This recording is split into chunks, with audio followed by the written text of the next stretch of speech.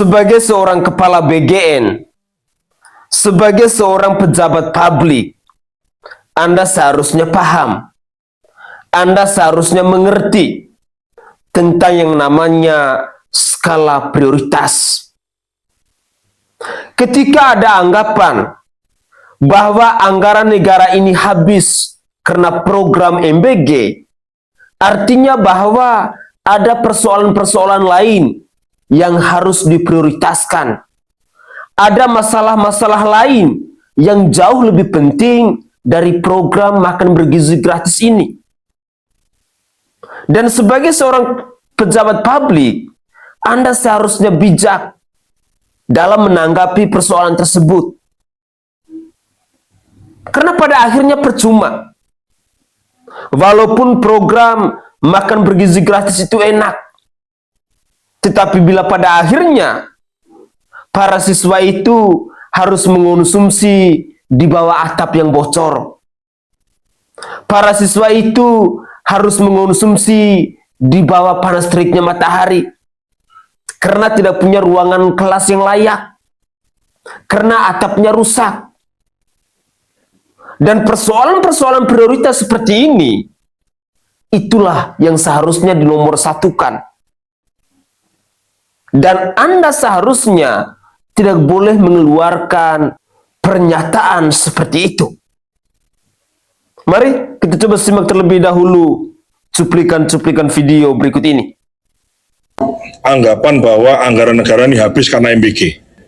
Saya selalu mengatakan, kan ada semacam anggapan bahwa anggaran negara ini habis karena MBG.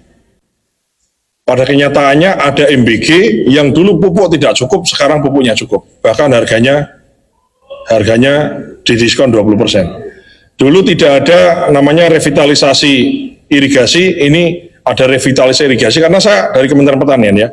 Irigasi di revitalisasi. Tahun lalu 12 triliun, tahun ini 14 triliun, tahun depan ada lagi terus-terusnya. Sehingga irigasi beres. Dulu nggak ada MBG, kan sekolah itu rusak bukan setelah ada MBG. Betul nggak? Kita objektif aja. Sekolah itu rusak, memang rusak sebelum ada program MBG. Ini sekarang oleh Presiden diperbaiki. Jadi sebetulnya cukup simpel. Kalau ada sekolah rusak yang kau temukan, itu cukup lapor. Ada portalnya di Didasmen, pasti diperbaiki. Ini kan masalahnya kan nggak fair ya. Sudah perbaiki 16.000, sekarang sudah perbaiki 70.000. Begitu ada yang rusak, apalagi sebelahnya dapur MBG-nya mengkilat bersih, warnanya biru bagus, terus dibanding-bandingkan. Ini sesuatu yang menurut saya adalah tidak fair ya, tidak fair. Tapi nggak apa-apa, ya itu bagian dari dinamika kita berdemokrasi, nggak ada masalah ya. Kepala BGN geram MBG disebut habiskan uang negara. Tanpa program ini sekolah rusak tetap banyak. Kok makin kesini makin kesana ya Pak statementnya ya? Terkait sekolah rusak dan kesejahteraan guru honorer, ia menilai tidak bisa dikaitkan dengan MBG. Dulu nggak ada MBG, sekolah itu ada yang rusak, bolong. Nggak karena terus kemudian Pak Prabowo jadi presiden, ada MBG terus sekolahnya mendadak jadi rusak, ucapnya. Justru karena Bapak udah tahu sekolah ini dari dulu rusak, ya makanya itu duluan yang diberesin. Kalau menurutku analoginya kayak gini nih, atap rumah Bapak bocor nih puluhan tahun, terus Bapak punya duit nih, terus duit tadi malah dipakai untuk traktir makan warga sekampung. Pas ditanya kok itu atapnya bocor nggak dibenerin, jawabannya kan udah bocor dari dulu. Masuk akal nggak tuh? Lagi-lagi itu analogiku aja ya. Cuma menurut kalian? Kejadian keracunan tidak boleh terjadi lagi. Zero toleran terhadap kasus keracunan. Ini menyangkut nyawa, menyangkut kondisi kesehatan dan keamanan dari anak-anak kita, ibu hamil, menyusui, dan balita-balita kita. Dan per hari ini, ya saya sebagai Kepala Badan Gizi Nasional telah mencopot 137 kepala dapur di seluruh Indonesia. Ini saja saya beri penjelasan lebih rinci. 49 diantaranya di Jawa Barat, 26 di Lampung, 11 di Jawa Timur, 10 di Sumatera Utara, 10 di Banten, dan 5 di Jawa Tengah, termasuk kepala dapur 5 itu termasuk yang kemarin dapurnya yang di Semarang yang menimbulkan keracunan di SMK Negeri 6 Semarang. Ya. Jadi ini tindakan disiplin ini diberhentikan indisipliner, ada kasus keracunan terdahulu juga, kemudian juga ada yang phishing. Ya, phishing itu uangnya harus dia berwenang untuk mencarikan uang, tapi kemudian mengaku kena scam, ya kemudian uangnya hilang dan seterusnya. Ini kami berhentikan dan dapurnya kami suspend. Keracunan MBG terjadi lagi. Kali ini sejumlah anak di Depapre, Papua harus mendapat perawatan setelah menyantap makan bergizi gratis. Kasus dugaan keracunan makan bergizi gratis kembali terjadi. Kali ini peristiwa terjadi di distrik Depapre, Kabupaten Jayapura, Papua pada Selasa 4 Agustus 2026. Sejumlah anak dari jenjang PAUD, SD hingga SMP dilaporkan mengalami gejala seperti mual, muntah, dan lemas setelah menyantap menu MBG. Awalnya, laporan menyebut belasan anak harus mendapatkan perawatan di Puskesmas Depapre. Namun, jumlah pasien kemudian terus bertambah. Bahkan, laporan berikutnya menyebut korban diduga mencapai ratusan orang. Pemerintah Kabupaten Jayapura pun mengerahkan sejumlah fasilitas kesehatan untuk menangani para korban. Bupati Jayapura, Yunus Wonda juga turun langsung melihat kondisi korban. Sementara DPRK Jayapura meminta operasional dapur SPPG yang memasok makanan tersebut dihentikan sementara. Namun perlu dicatat, hingga kini penyebab pasti kejadian tersebut masih harus menunggu hasil pemeriksaan lebih lanjut. Jadi belum bisa dipastikan bahan makanan apa yang menjadi penyebabnya. Kasus dugaan keracunan MBG kembali terjadi. Menurut kamu, apa yang harus dibenahi agar kejadian seperti ini tidak terus berulang? Salve, Assalamualaikum warahmatullahi wabarakatuh. Salam Om Swastiastu, Namo Buddhaya. Salam kebajikan dan salam sejahtera untuk kita semua.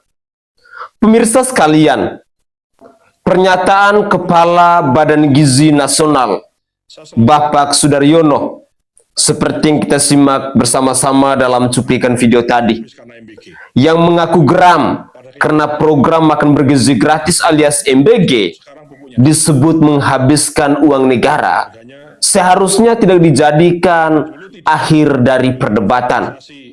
Justru pernyataan tersebut membuka ruang bagi publik untuk mengajukan pertanyaan yang jauh lebih mendasar, yaitu apakah anggaran negara yang begitu besar telah dikelola secara efektif, secara transparan, secara aman, dan benar-benar memberikan manfaat yang sebanding bagi masyarakat Indonesia. Harus diakui bahwa tujuan program MBG adalah tujuan yang baik. Tidak ada masyarakat yang menolak anak-anak Indonesia untuk memperoleh makanan bergizi. Tidak ada yang ingin melihat generasi muda Indonesia tumbuh dalam kondisi kekurangan gizi. Meningkatkan kualitas kesehatan anak itu merupakan investasi jangka panjang bagi bangsa ini. Namun, dalam negara demokrasi, niat baik saja itu tidak cukup. Program pemerintah yang menggunakan uang rakyat harus bersedia untuk diuji, untuk diawasi, dan untuk dikritisi. Semakin besar anggaran yang digunakan, semakin besar pula kewajiban pemerintah untuk mempertanggungjawabkannya kepada rakyat Indonesia. Ketika Kepala BGN Bapak Sudaryono menyatakan bahwa tanpa program MBG, sekolah rusak tetap banyak, jaringan irigasi tetap bermasalah, harga pupuk tetap bermasalah, dan berbagai macam persoalan lain juga masih ada. Logika tersebut justru mengundang pertanyaan baru. Bukankah pemerintah memiliki tanggung jawab untuk menyelesaikan berbagai persoalan pembangunan secara bersamaan sesuai dengan skala prioritas dan kemampuan fiskal negara? Mengapa kritik terhadap satu program seolah diposisikan sebagai penolakan terhadap seluruh agenda pembangunan? Masyarakat sesungguhnya tidak membandingkan mana yang jauh lebih penting antara makanan bergizi, sekolah yang layak, atau irigasi pertanian. Ketiganya sama-sama penting. Yang dipersoalkan adalah apakah setiap rupiah dari APBN benar-benar digunakan secara efisien dan menghasilkan manfaat sebesar-besarnya bagi rakyat Indonesia tersebut. Dalam sistem pemerintahan yang sehat, kritik terhadap penggunaan anggaran bukanlah tindakan anti pemerintah. Justru, kritik merupakan bagian dari mekanisme pengawasan publik. Pemerintah bekerja menggunakan uang rakyat, sehingga rakyat memiliki hak untuk bertanya, memiliki hak untuk mengawasi, bahkan memiliki hak untuk mengkritisi apabila ditemukan persoalan-persoalan dalam pelaksanaannya. Bahkan dalam cuplikan video tadi, kita juga menyaksikan bersama-sama bagaimana pernyataan tegas yang datang dari Pak Sudaryono ini, yang menyatakan bahwa program makan bergizi gratis harus mencapai target zero keracunan.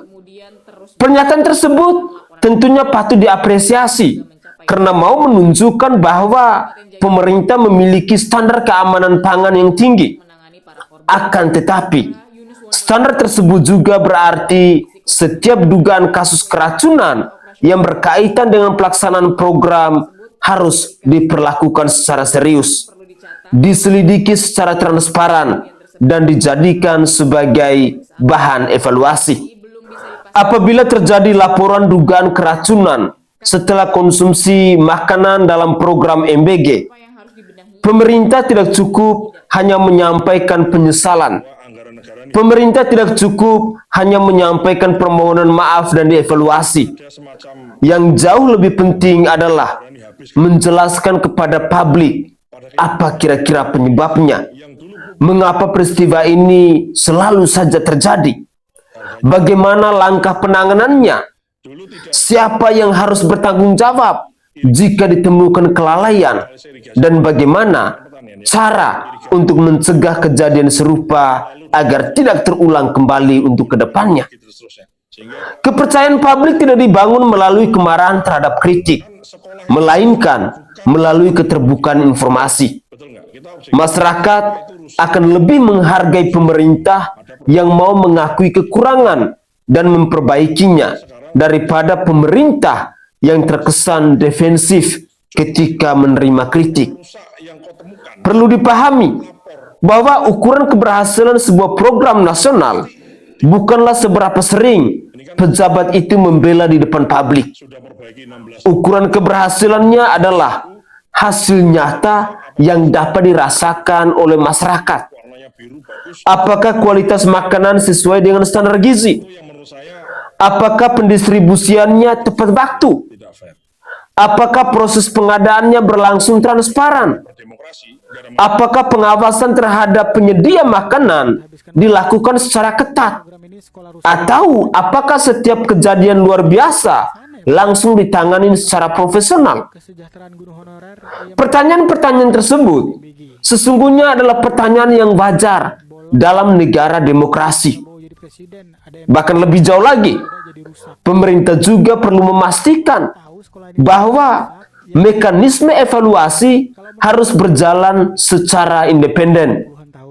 Evaluasi tidak boleh hanya berasal dari internal pemerintah, tetapi juga harus membuka ruang bagi akademisi, harus membuka ruang bagi ahli gizi, bagi tenaga kesehatan, bagi lembaga pengawas, bagi media, maupun masyarakat sipil untuk memberikan masukan berdasarkan data. Program sebesar MBG tentu menghadapi tantangan yang begitu kompleks. Indonesia memiliki wilayah yang luas, kondisi geografis yang beragam, serta kemampuan logistik yang berbeda-beda di setiap daerah. Oleh karena itu, tidak realistis jika menganggap bahwa program sebesar ini akan berjalan sempurna sejak awal. Namun justru karena kompleksitas tersebut, pemerintah seharusnya semakin terbuka terhadap kritik dan rekomendasi untuk perbaikan. Sikap terbuka terhadap evaluasi tentu akan memperkuat legitimasi dari program tersebut. Sebaliknya, apabila kritik dianggap sebagai serangan politik semata, maka pemerintah pastinya akan berisiko kehilangan kesempatan untuk memperbaiki kelemahan yang mungkin memang ada di tengah lapangan. Kali ini sejumlah Dalam konteks penggunaan anggaran negara, masyarakat Indonesia juga berhak untuk mengetahui indikator keberhasilan yang jelas. Berapa target penerima manfaat? Bagaimana dampaknya terhadap status gizi anak? dari jenjang PAUD Bagaimana efektivitas biaya dibandingkan dengan hasil yang dicapai? lemah setelah Sejauh mana pengawasan dilakukan terhadap kualitas bahan pangan dan proses distribusi? namun jumlah Semua pertanyaan tersebut layak untuk dijawab secara terbuka. korban diduga Program pemerintah tidak boleh hanya dinilai dari besarnya anggaran atau tingginya ekspektasi.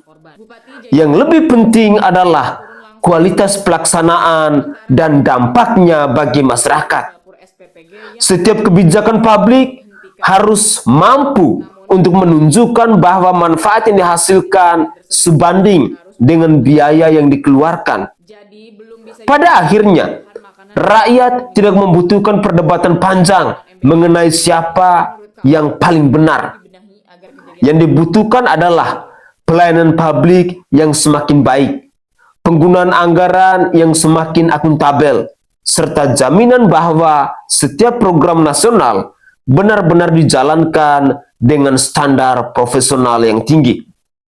Jika target pemerintah adalah zero keracunan, maka target tersebut harus diwujudkan melalui pengawasan yang konsisten, melalui peningkatan kapasitas penyedia makanan, melalui penerapan standar keamanan pangan yang ketat, serta melalui evaluasi yang dilakukan secara terus-menerus. Target tersebut tidak cukup hanya menjadi slogan, tetapi harus menjadi komitmen yang tercermin dalam tindakan nyata. Demokrasi memberikan ruang bagi pemerintah untuk bekerja sekaligus memberikan ruang bagi masyarakat untuk mengawasi. Kritik yang disampaikan secara berbasis fakta bukanlah ancaman bagi negara, bukanlah ancaman bagi program MBG tersebut, melainkan bagian dari proses untuk memperbaiki kebijakan publik. Pemerintah yang kuat bukanlah pemerintah yang anti kritik, melainkan pemerintah yang mampu menjawab kritik dengan data, dengan transparansi, dan dengan hasil kerja nyata. Karena pada akhirnya, ukuran keberhasilan sebuah program bukanlah seberapa keras pejabatnya membela, melainkan seberapa besar manfaatnya bagi rakyat Indonesia. Mari kita coba simak lagi komentar dari warganet yang lain. Ini Pak, yang Bapak bilang rakyat Indonesia yang paling berbahagia. Bahagia dari mana Pak? Ini yang Bapak bilang bahagia. Yang ada sengsara Pak, bukan bahagia. Ini dia mau sekolah harus nyebrang dulu. Gak ada titip pula itu. Dia setiap hari kalau mau sekolah harus bertaruh nyawa. Kalau mau sekolah. Ini yang Bapak bilang bahagia. Harusnya Pak buka mata Bapak lebar-lebar. Tengok keadaan rakyat macam mana. Daripada dana rakyat itu dipakai untuk yang gak gena, untuk MBG, mending buatkan aja jembatan. Kalau nggak jalan, biar dia nggak bertaruh nyawa setiap hari kalau mau pergi sekolah. Jadi pemimpin kok cuma memikirkan diri sendiri, bukan memikirkan keadaan rakyat. MBG kembali menelan korban 693 siswa dan 14 guru di SMK Negeri 6 Semarang mengalami keracunan massal pada hari Jumat tanggal 31 Juli 2026 sekitar pukul setengah 11 siang. Enak banget ya, sesimpel congor kalian cuma bilang minta maaf. Pejabat Kepala BGN Sudaryono, ini berhubungan dengan nyawa manusia ya, bukan nyawa binatang, ngerti? Keracunan MBG ini ya dari dulu kalian bikin remeh, kalian remehkan. Coba kalau keracunan massal ini mengakibatkan kematian, apa congor-congor kalian pejabat BGN masih bilang minta maaf? Hati nurani otak kalian itu di mana? Yang lebih efektif, program MBG itu diberhentikan, ditutup keseluruhan. Nggak ada istilahnya selektif tata kelola dapur atau tetek bengek tai kucing.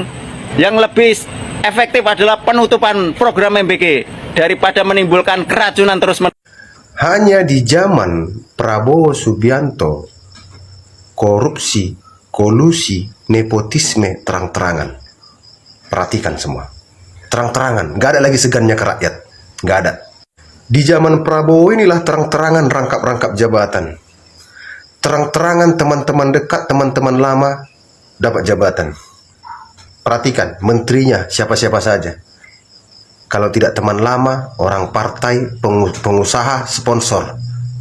Itu. Wamen juga begitu, dari orang partai.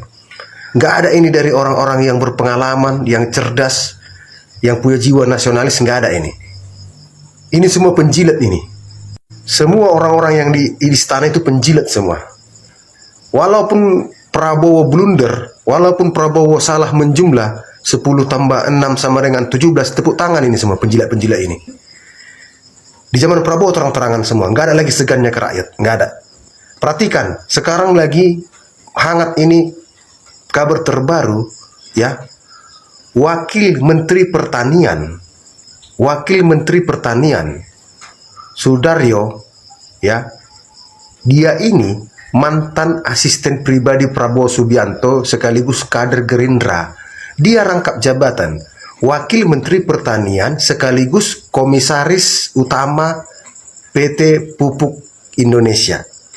Dan sekarang dia dilantik menjadi Kepala Badan Gizi Nasional, menggantikan ibu yang mengundurkan diri setelah Kepala BGN Ali Serangga. Jadi semua pejabat-pejabat di negara ini, nggak ada ini yang kompeten di bidangnya, berpengalaman di bidangnya, nggak ada. Ini tipe-tipe penjilat ini, ya. Inilah tipe-tipe, walaupun presiden salah ngomong, tepuk tangan semua ini, bajingan-bajingan ini. Inilah yang membuat Indonesia hancur, ya. Hanya di zaman Prabowo lah kita lihat pangkat di Karbit. Lihat Letkol Teddy, pangkatnya di Karbit dan bisa rangkap jabatan di militer dan di sekretaris kabinet. Hanya di zaman Prabowo. Hanya di zaman Prabowo kita lihat satu orang 5 jabatan, yaitu adik Prabowo Subianto. 5 jabatan. Coba cek jabatan adik Prabowo Subianto, 5 jabatan, tapi sebenarnya di situ 8. Tapi yang kuanggap yang sangat-sangat 5. Coba bayangkan. Terang-terangan kan, sementara kita susah cari kerja dan di istana, ya, rata-rata kebanyakan orang-orang tolol. Tapi yang bisa tepuk tangan ketika presiden blunder. Inilah penjilat-penjilat bajingan ini. Jadi untuk rakyat Indonesia sudahlah, udah gelap Indonesia ini, gelap. Prabowo hanya bagi-bagi kue. Dia tidak peduli kepada bangsa ini. Dia hanya ingin berkuasa dan mematenkan apa yang selama ini dia punya, dia miliki. Itu aja. Oke guys, itu adalah cuplikan-cuplikan video yang bisa saya suguhkan kepada pemirsa sekalian dalam konten saya kali ini. Dalam cuplikan video di season terakhir ini, adalah fakta yang tak terbantahkan, bahwa hari ini ada begitu banyak pejabat, ada begitu banyak menteri yang menjadi penjilat. Sekali lagi, ini adalah fakta yang tak terbantahkan. Ketika 10 tambah 2 sama dengan 13. Ketika 10 tambah 6 sama dengan 17. Ketika satu penggilingan padi bisa menghasilkan 2 triliun rupiah setiap bulannya.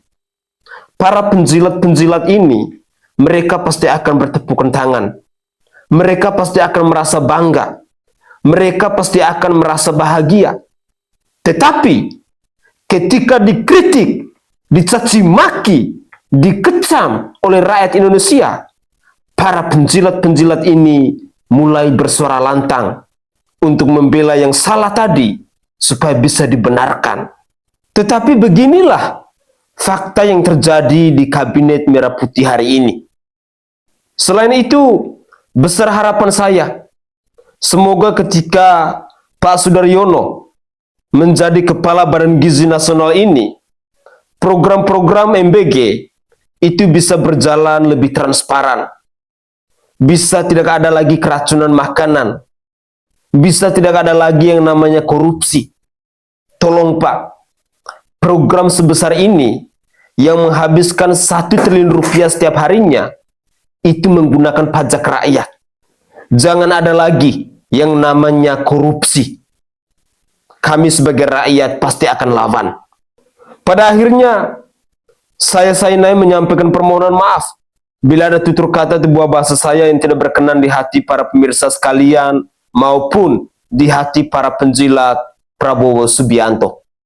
Saya Sainai dari Provinsi Nusa Tenggara Timur, saatnya kita yang rakyat jelata harus berani untuk bersuara. Salam hormat, salam NKRI, dan salam Pancasila untuk kita semua.